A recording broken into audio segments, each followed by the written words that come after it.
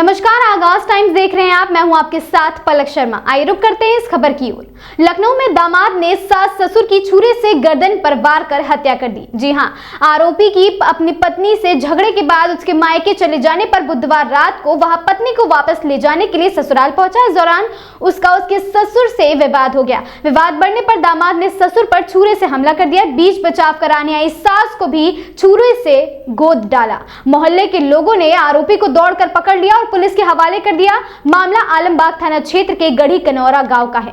DCP मध्य आशीष श्रीवास्तव ने बताया कि गढ़ी कनौरा के अनंत राम रेलवे के रिटायर्ड कर्मचारी थे। उन्होंने अपनी बेटी पूनम की शादी 2016 में निशादगंज निवासी जगदीप से की थी। पति पत्नी के बीच विवाद होने पर पूनम पिछले 2 महीने से अपने माता पिता के साथ रह रही थी। जगदीप बुधवार को पत्नी को ले जाने और सास ससुर से बात करने के लिए ससुराल पहुंचा। रात करीब 9 बजे बातचीत के दौरान ही विवाद बढ़ने पर जगदीप ने चाकू से हमला कर सास और ससुर को घायल कर दिया। घटना की सूचना पुलिस को दी गई। आनन फानन में पहुंची पुलिस ने दोनों को अस्पताल पहुंचाया, जहां डॉक्टरों ने उन्हें मृत घोषित कर दिया। जानकारी के अनुसार शादी के बाद से ही जगदीप पूनम को परेशान करने लगा था। इसे लेकर कई बार विवाद भी हुआ था। 2 महीने से पूनम घर आकर रहने लगी थी। इस दौरान फोन पर जान से मारने की धमकी देता था। बुधवार रात 8 बजे घर पर पहुंचा और माता पिता पर हमला कर दिया। कुछ दिन पहले जगदीप ने व्यापार शुरू करने की बात कही थी और झांसे में पूनम को लेकर उससे रुपए मांगे थे। व्यापार की जगह उसने सारी रकम अय्याशी में उड़ा दी। इस बात की जानकारी पूनम को हुई तो उसने विरोध जताया। इस पर जगदीप उससे झगड़ने लगा। अप्रैल में झगड़े से परेशान होकर पूनम अपने मायके आ गई। बुधवार को जगदीप उन्हें लेने आया था, लेकिन यहाँ विवाद हुआ और उसने अपने सास ससुर को मौत के घाट उतार दिया। दामाद ने ससुर अनंत राम पर जब चाकू से हमला किया तो शोर शराबा सुनकर उनकी पत्नी आशा भी पहुंची। उन्होंने बीच बचाव किया तो आरोपी ने उन पर भी हमला कर दिया। आरोपी से संघर्ष करने में आशा की चूड़ियां टूटकर बिखर गई। जगदीप के खून सवार था, उसने उन पर भी वार किया। पति को बचाने के लिए वो उन पर गिरी, लेकिन बच नहीं पाए।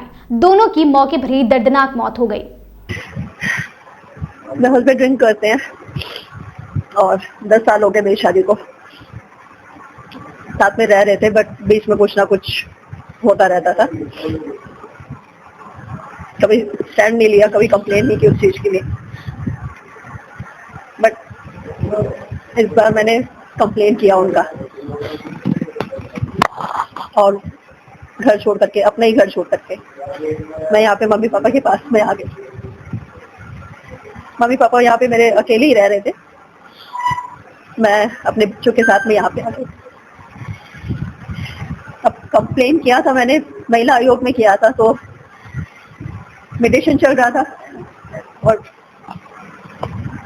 ये हमेशा की तरह कोशिश नहीं, नाटक कर रहे थे कि नहीं अब मैं जिम्मेदारी ले लूंगा, संभाल लूंगा और वापस आ जाओ।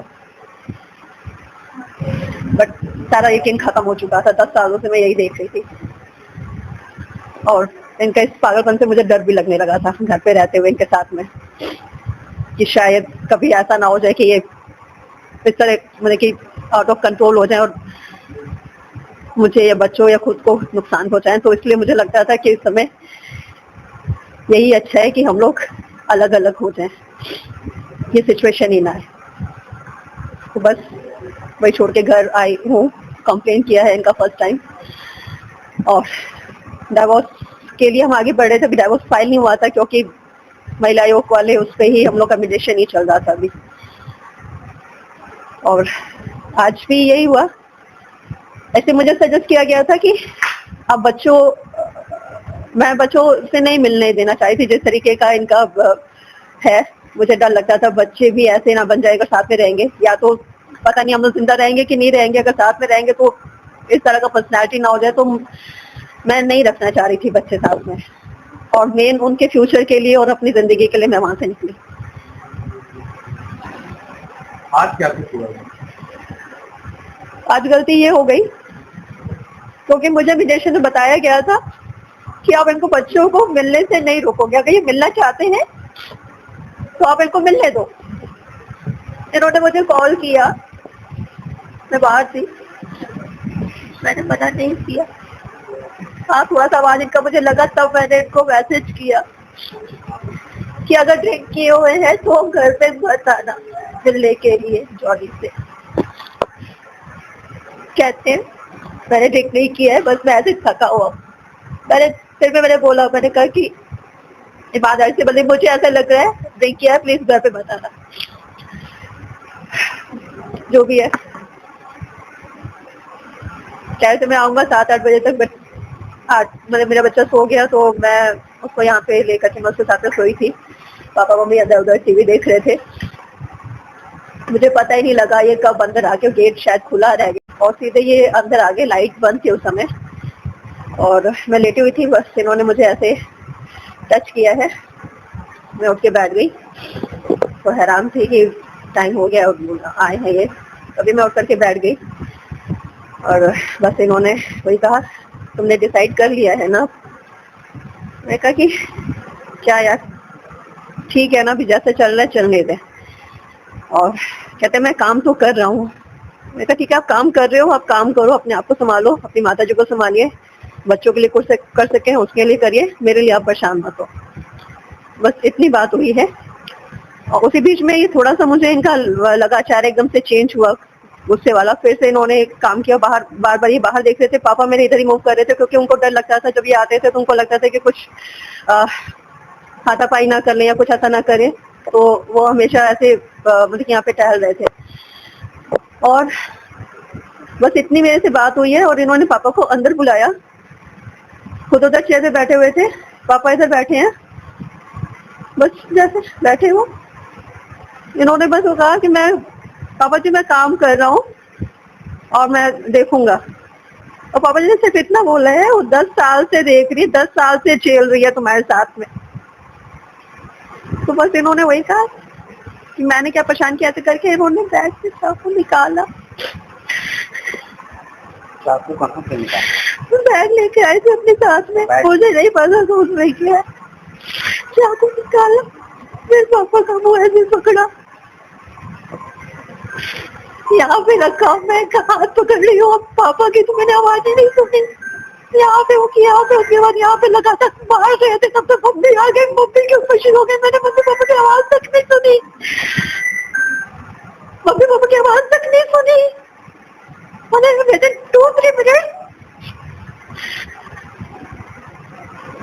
मेरे माँ बाप की जान लेके उस बंदे ने। ठीक है।